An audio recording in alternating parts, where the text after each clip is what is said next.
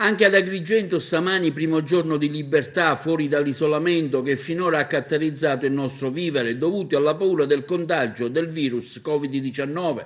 Una città ancora incredula, quella che abbiamo trovato stamani, con non molta gente in giro e poche auto in circolazione.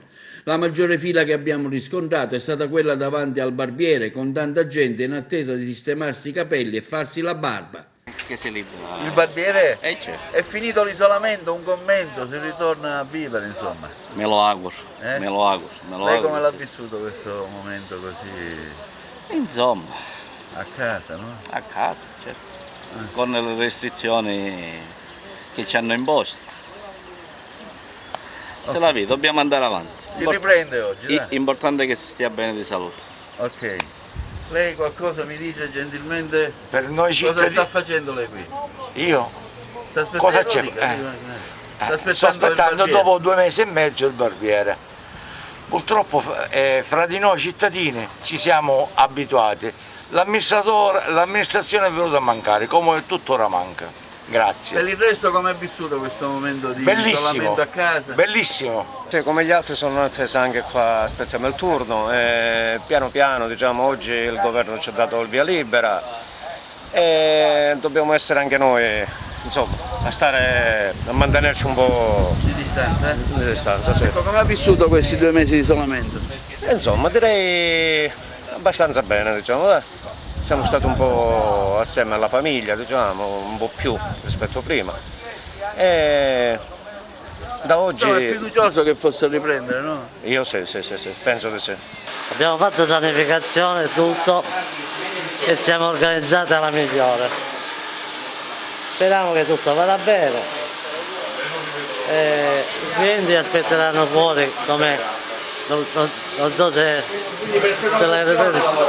Lavoriamo per rotazione, anche senza rotazione, perché qua siamo in tanti che lavoriamo e tante attese non ce ne sono. Basta insomma rispettare le regole, la fila, la distanza c'è, no?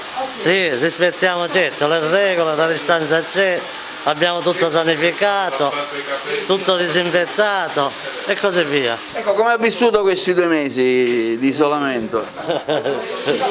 Da impazzire! Di questi 2 mesi di isolamento, oggi è la prima volta qui dal barbiere.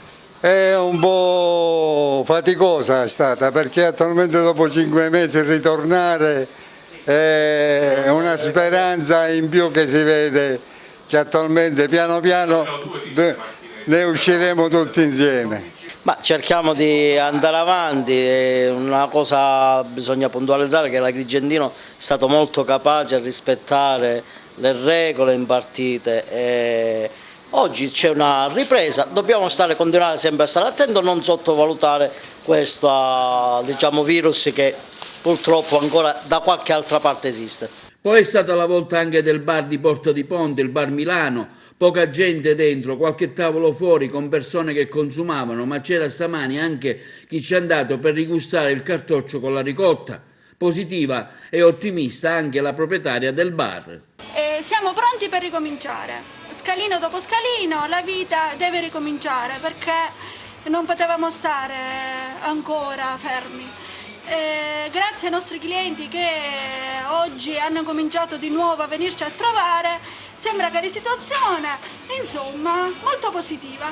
Ecco, oggi è il primo giorno che si riprende a servire il caffè, la colazione qui direttamente al tavolo perché finora c'è stato l'asporto, un primissimo bilancio proprio.